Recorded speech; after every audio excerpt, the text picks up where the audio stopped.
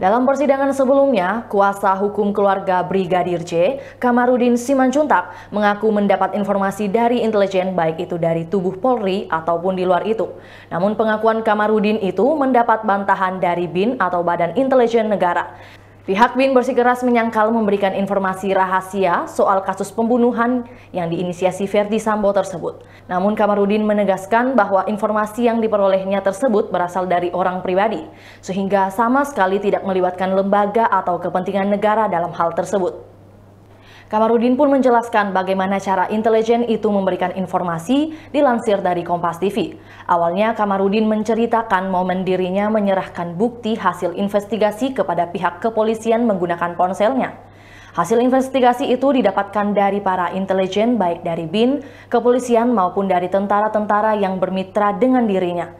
Saat ia menyerahkan bukti kepada pihak kepolisian, tidak ada penyidik yang berani menerima bukti dari ponsel Kamarudin.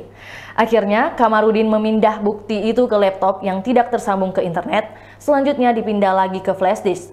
Dari situ Kamarudin mendapat informasi bahwa ada alat-alat dari kepolisian yang sangat canggih yang memantau pergerakan semua, termasuk pergerakannya. Kamarudin pun menyampaikan bahwa para intelijen yang menyuplai informasi ingin tetap anonim karena masih aktif berdinas. Mereka mengirimkan dokumen melalui WhatsApp dengan cara menyembunyikan profilnya, terkadang hanya dibikin gambar boneka atau gambar wayang.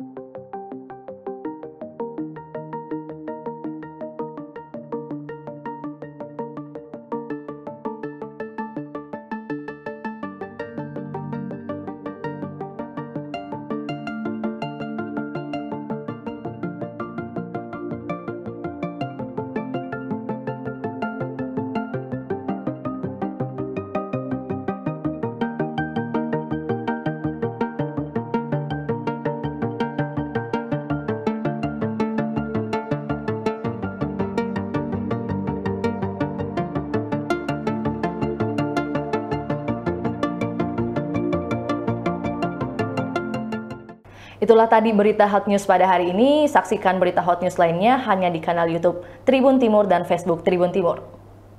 Terima kasih sudah nonton. Jangan lupa like, subscribe, dan share ya.